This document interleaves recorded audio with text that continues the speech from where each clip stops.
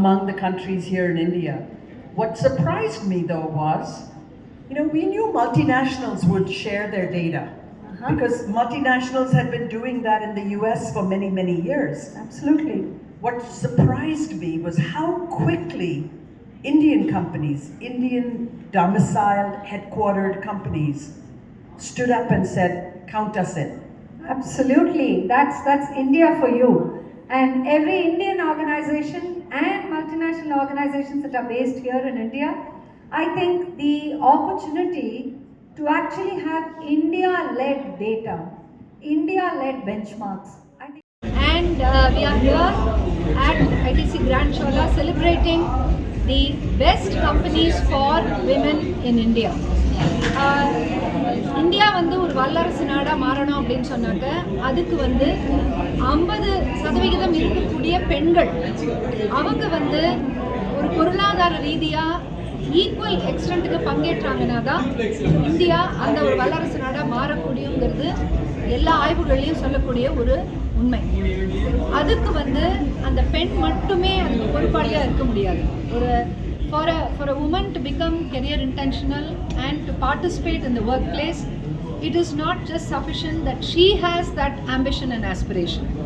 It has to be matched and supported by an entire ecosystem.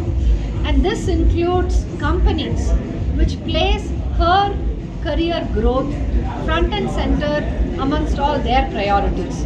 So today here in Chennai, the Avatar Group, which is a 25-year-old organization, which has been awarding these companies for the past 10 years, has announced the list of top 10 best companies for women in India and a list of 125 companies which are the best organizations for women.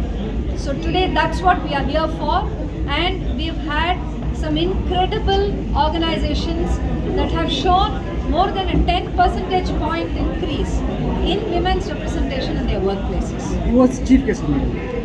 Dr. Tamazhi Thangapandiyan, MP of South Chennai constituency, was the chief guest today, and she was able to provide a very wonderful view on what empowering of women actually means, especially women who are in the workplace.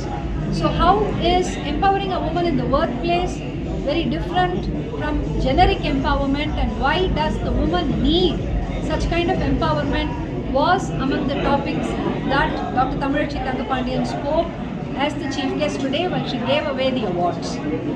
How are the companies selected, madam? How are the companies? The best companies for women in India are selected after a very rigorous process.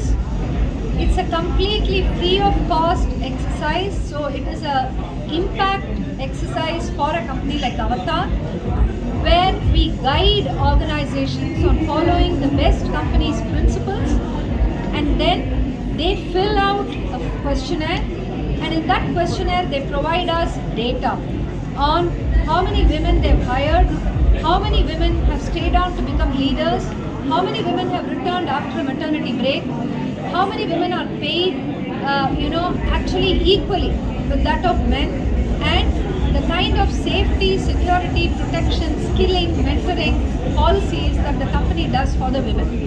So with all of these details, the companies are selected on a purely analytics-based, evidence-based approach. Originally started off with about 250 questions in the questionnaire, but with every passing year, we have realized that there is need to collect more and more information. So today there are about 350 principles which we check whether the organization is actually following and providing data for, and that qualifies a company to be a best company for women in India. If you look at what got added this year, which has evidence of last year, it was the extent to which global policies or global influences have impacted a company's pursuit of gender inclusion. And how has the company actually made sure that it has stayed on course with regard to having a unique India strategy as far as gender inclusion and women's workforce participation is concerned. Technology sector and the professional services sector. These are two sectors where you have the maximum number of best companies, and these are two sectors where the percentage of women's representation is very, very high. So we are talking about something between the range of about 35 to 45% of women are present in these companies in sectors like technology and like professional services and in BFSI.